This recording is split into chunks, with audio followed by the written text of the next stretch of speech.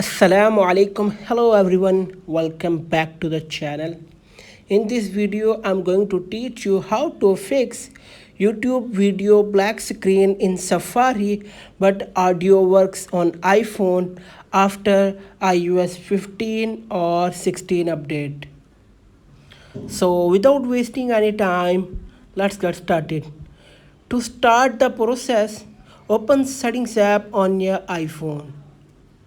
Now scroll down to find Safari and tap on it.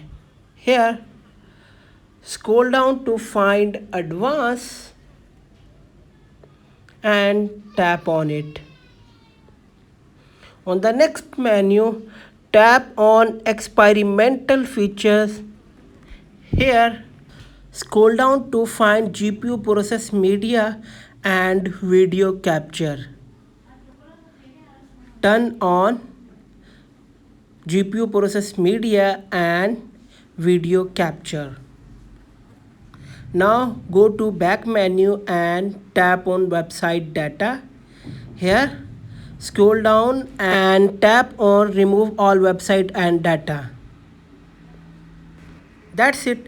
Like and share this video before you go. Thanks for watching this video.